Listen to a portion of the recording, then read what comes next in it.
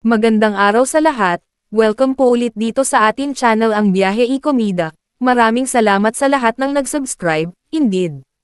Punta tayo sa atin topic, November 19, 2025. Ex-lover ng pumanaw na Viva Max star na si Gina Lima natagpuang walang buhay sa kondo. Sa gitna ng imbestigasyon sa pagkasawi ng Viva Max actress model na si Gina Lima, natagpuan namang wala ng buhay ang ex-partner niyang si Ivan Cesar Ranquillo. Nadiskubre ang labi ng hunk model ngayong araw, November 19, sa loob ng condo unit kung saan din natagpuan ang labi ni Gina ilang araw pa lamang ang nakalilipas. Batay sa report ng Quezon City Police District, ang labi ni Ranquillo ay natagpuan kaninang umaga lamang.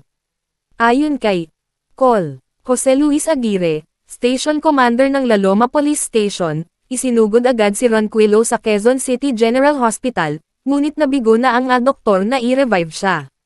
Wala pang inilalabas na detalye ang PNP hinggil sa tunay na dahilan ng pagkasawi ni Ranquillo. Nauna rito, natagpuan ngang wala ng buhay ang VMX actress na si Gina Lima sa naturang kondo noong linggo ng gabi, November 16. Sa ulat ng TV Patrol, si Ranquillo ang nagdala sa kanyang ex-partner sa Quezon City General Hospital, kung saan idineklarang dead on arrival ang aktres.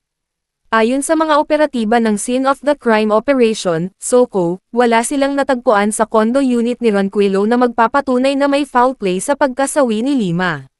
Sa initial report, ang dahilan umano ng pagkasawi ni Lima ay cardiorespiratory distress. May mga sugat at galos na nakita sa katawan ni Lima ngunit sabi ng mga investigador, these are inconclusive, at kailangang sumailalim muna sa autopsy ang labi para nalaman ang tunay na cause of death. Bago ang pagkasawi ni Lima at Ranquillo, 3 taon na raw ang nakalilipas mula nang sila'y magkahiwalay.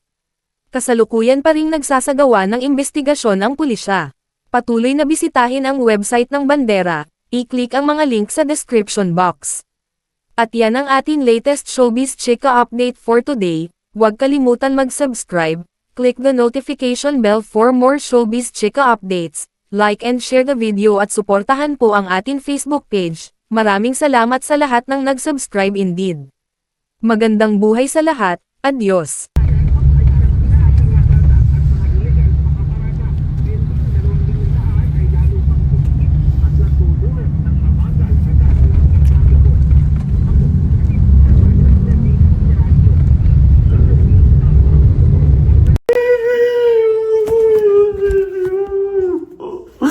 Baby, oh,